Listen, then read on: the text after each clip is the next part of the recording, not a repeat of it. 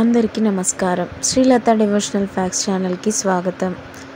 దశరథ మహారాజు ఊర్ధ్వలోకం నుండి రాముడికి చెప్పిన మాటలేంటో ఇప్పుడు మనం వీడియోలో తెలుసుకుందాం.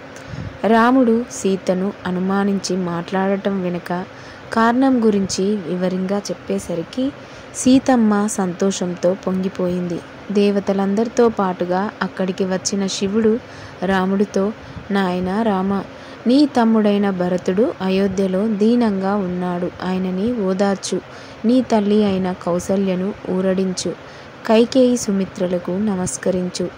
లక్ష్మణుణ్ణి ఊరడించు. ఇక్ష్వాకు వంశీయులు ఇంతకాలం నుండి పరంపరగతంగా పరిపాలిస్తున్న రాజ్యాన్ని నువ్వు పరిపాలించి నీ వారిని సంతోషపెట్టు. ఏ వంశంలో నువ్వు జన్మించావో ఆ వంశాన్ని పెంచు. యాగాలు చెయ్యి. బ్రాహ్మణులకు భూమి దానాలు చేసి పరమ సంతృప్తిని పొందు. తదనంతరం స్వర్గానికి చేరుకుందువు గాని, అదిగో ఆ విమానంలో నీ తండ్రిగారైన దశరథ మహారాజు ఉన్నారు, వెళ్ళి చూడు అన్నాడు. తండ్రిని చూడగానే లక్ష్మణుడితో కలిసి రాముడు నమస్కారం చేశాడు. అప్పుడు దశరథుడు రాముడిని ఒక్కసారి ఆనందంతో గట్టిగా కౌగిలించుకొని తన తొడ మీద కూర్చోబెట్టుకొని, నేను స్వర్గలోకంలో విహరించానురా, ఇంద్రలోకంలో తిరిగానురా, కానీ నువ్వు లేకపోతే అది కూడా నాకు పెద్ద సుఖంగా అనిపించలేదురా. శ్రీ ఆనాడు నీకు పట్టాభిషేకాన్ని చేద్దాం అనుకోవడం, నేను ఎంతో ఆనందాన్ని పొందడం, రాత్రి కైక దగ్గరికి వెళ్ళడం, కైక వరాలు కోరడం, నీ పట్టాభిషేకం భగ్నం అవడం, ఆనాడు నేను ఏడ్చి ఏడ్చి నా శరీరాన్ని వదిలిపెట్టడం నాకు ఇంకా జ్ఞాపకమున్నాయి. నేను ఇప్పుడు తెలుసుకున్నదేంటంటే ఆ పట్టాభిషేకం భగ్నం అవడానికి కారణం దేవతలు. రావణ సంహారం జరగాలి కనుక దేవతలు ఆనాడు నీ పట్టాభిషేకాన్ని భగ్నం చేశారు అన్నాడు. అప్పుడు రాముడు, ఆనాడు మీరు భావన వ్యగ్రతని పొంది నా పట్టాభిషేకం భగ్నం అవ్వడానికి కైకమ్మ కారణం అనుకొని ఇప్పుడే నేను నిన్ను విడిచిపెట్టేస్తున్నాను. నువ్వు నా భార్యవి కావు, నీ కుమారుడు భరతుడు నాకు కొడుకు కాదు అన్నారు. ఆ మాటని మీరు ఉపసంహారం చెయ్యండి, నేను సంతోషిస్తాను అన్నాడు.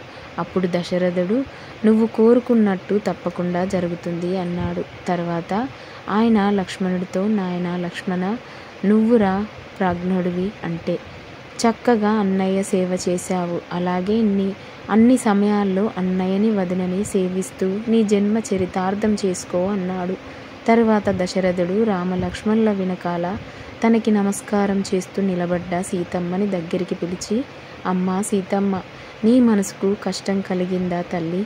సీత, నీతో నాకు ప్రయోజనం లేదు, నిన్ను విడిచిపెట్టేస్తున్నాను, నీ ఇష్టం వచ్చిన చోటుకు వెళ్ళు అని మా వాడు అన్నాడు కదా, అలా అన్నాడని నువ్వు బాధపడ్డావా?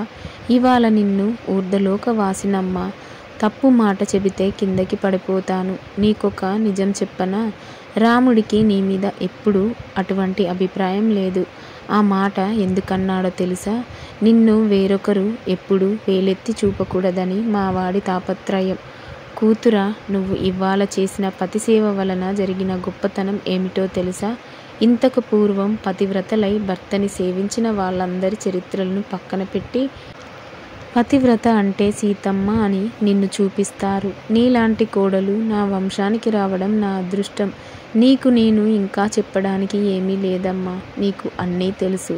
కానీ మామగారిగా ఒక మాట చెబుతాను అమ్మా, భర్త మాత్రమే దైవమని తెలుసుకో అన్నాడు. ఇలా దశరథ మహారాజు అందరికీ ఎన్నో విషయాలు చెప్పాడు.